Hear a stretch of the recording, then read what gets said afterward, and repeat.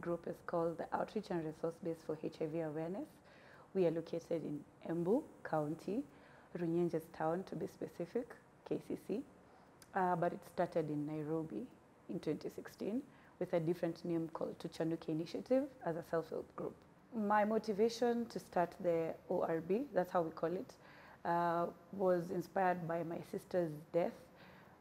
She passed on when I was in Form 2 due to an AIDS-related death. Because I was young, I was told she died from kidney failure, only to finish school and to realize because I'm beautiful and because I look like I'm fertile enough to also start having sex, everyone around me was expecting me and my sisters to also get HIV. So living with that stigma, becoming a mother at 19, being in an abusive relationship, that entire cycle stopped in 2016 when I decided, okay, now we need to talk about this, because I was getting women who are, of course, younger than me, my age, who are also going through GBV-related issues.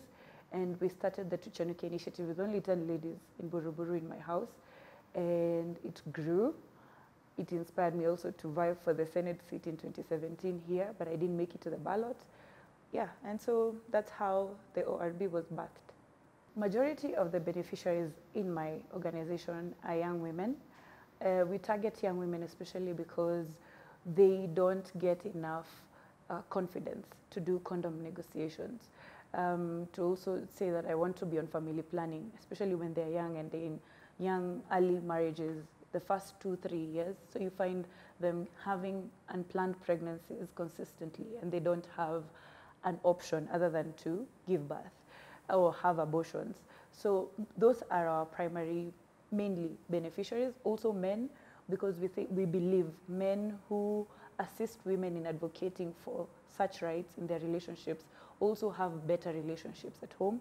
And inadvertently, I think we are empowering the boy child to also become more cohesive with the community. So my most inspiring success story was 2016, 2017.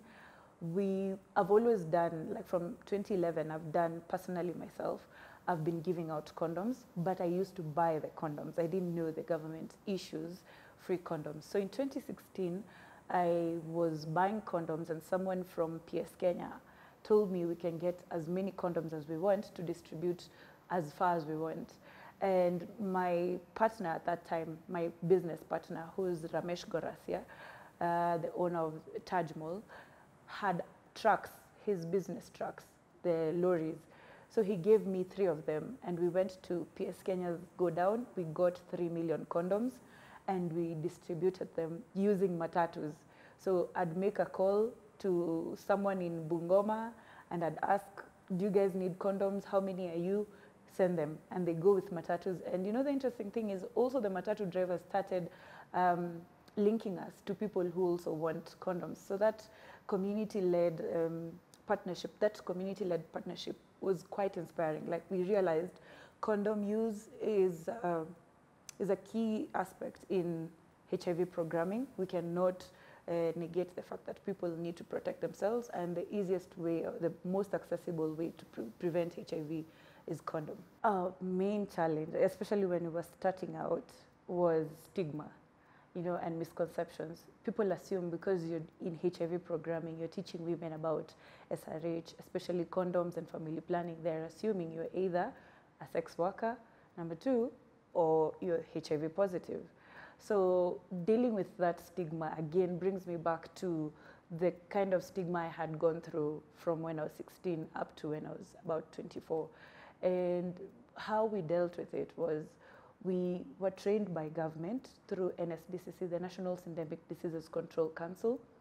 I joined Maisha Youth and they trained me on how to communicate with the community on issues related to HIV and how to move away from the stigma, like giving them personal, my story, our stories, we relate them to them because we are children of this community. We are the ages of their children, or not, if not their ages. So that is how we've dealt with the stigma. And another challenge was resources, of course, financial resources. Like when we were starting out, remember I'm a single mom, these moms are single moms, we were all unemployed and we want to reach out. So looking for bus fare to move from one area to another, sometimes we couldn't move all of us. You have to go for an outreach, maybe 10 people, and that was an outreach that was quite intensive, that needed a lot of people, but because of resources you couldn't go. Still, that is the same challenge we're facing right now, because now in the rural area, we have places like Mbere South and Mbere North. Those are very, like we can call them ASAL areas, and they're quite interior, like the roads are not well, they're not well done. So moving to those interior areas require a lot of funding to move. So yeah, resources as well. And then you just can't partner with government on a whim.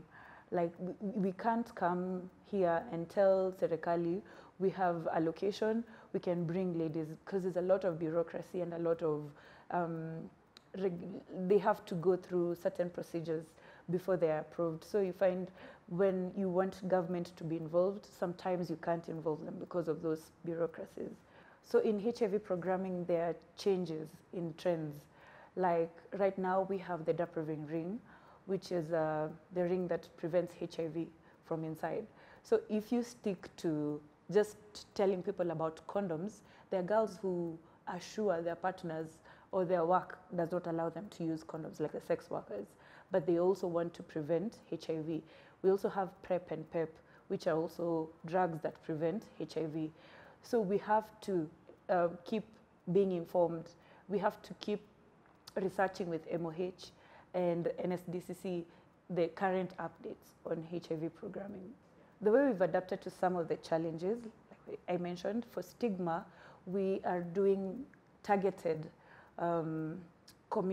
targeted programming. Like for example, if I know I'm going to Mbere South, where there's an issue on FGM, there's a big issue and it's a cultural thing, we use the leaders there to assist us. Like first we talk to them, we assist them to understand what it is we are doing and why FGM is not quality care for mothers, especially when you're going to deliver.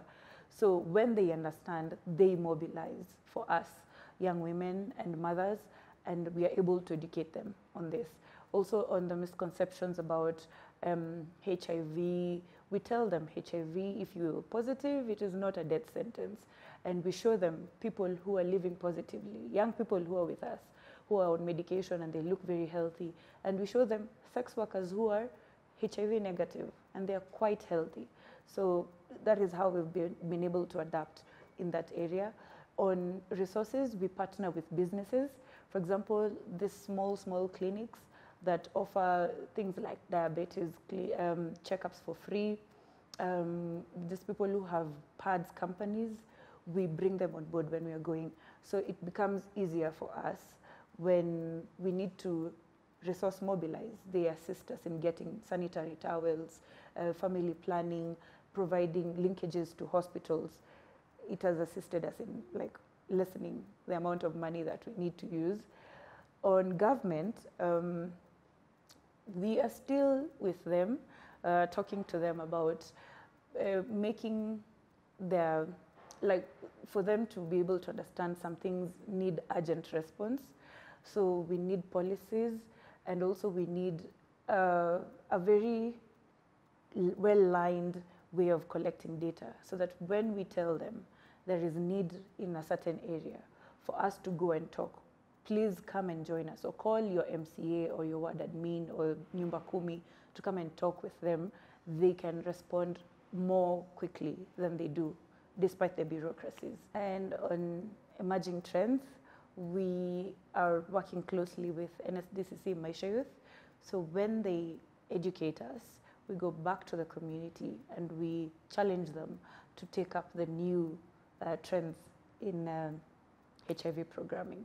Okay, some of the strategies to ensure continuous impact of the ORB in the community, we have digitalized our way of sending out information. Like we just can't go to the community all the time.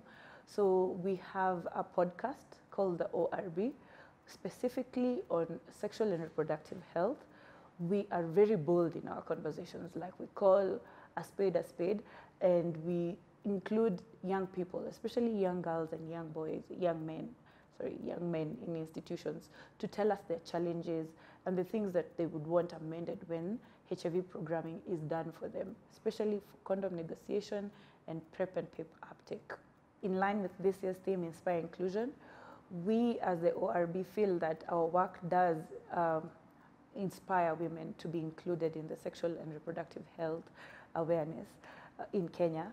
My name back in Embu is Anti-War Condoms. It started as an offensive name, but right now I accept it because it means I am also aware of my rights as a woman, and I want to assist other women through the ORB to become more confident in condom negotiations and taking up family planning, and also how they express their bodies without feeling like, because I'm a woman, I'm not part of this society, or I am a black sheep.